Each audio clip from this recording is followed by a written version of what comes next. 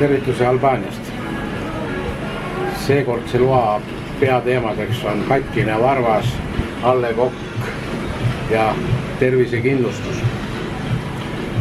Ehk siis otsustasin minna kohalike vaatamisväärtustega tutvuma ja ennem mõtlesin, et käin kiiresti saunast läbi. Eesti mees käib ikka saunas isegi 29 kraadise kuumaga. Ja lõikasin varbasse, libesisin basseini ääres ja käisin meditsiinipunktis ja seoti mul varvas kinni ja mõtlesin, et nüüd on tuksis.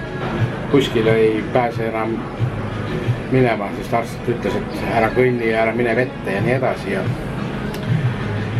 Ja siis avastas, et A. Le Coq, vana sõber. Võtsin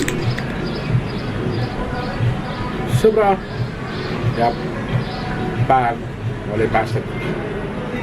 Nii et reisule kaasa lisaks A. Le Coqile soovitan ka tervisekindlustust.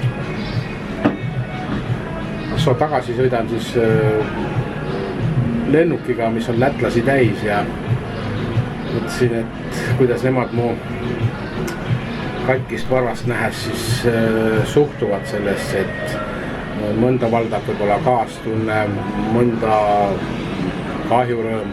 Ja kui nad teaksid, et mul selline sõber on, siis see kahjurõõm võib muutuda kadeduseks ja kaastunne võib kaduda. Et sellised mõtted siis valdavad nüüd praegu enne tagasi lendu. Aga kohtumiseni järgmine kord kuskil mujal. Jutustasin oma loo tehisintellektile. Ja mis tema siis asjast arvas? See on tõesti lõbus lugu. Niisiis, sa olid hotellis treppidel ja siis, varvas sai viga. Tundus, et päev on rikutud, eks? Aga oota, mis see seal on? A. Le Coq õlu sinu kotis. Just kui maagia. Üks lonks ja päev muutus paremaks. A. Le Coq on tõesti mõnus ja värskendav. Võib-olla peaksime sellele õllele andma uue ametinimetuse varvaste päästja. Loodan, et su varvas paraneb kiiresti ja et A. Le Coq jätkab sulle head tuju toomist. Nii palju siis arvas tehisintellekt minu loost. Nii et võtame seda varvaste päästjat siis. Kui oma sõpra hoiame teda kaasas ja ta aitab meil hädadest üle saada. Ja muidugi ärge unustage tervisekindlustust.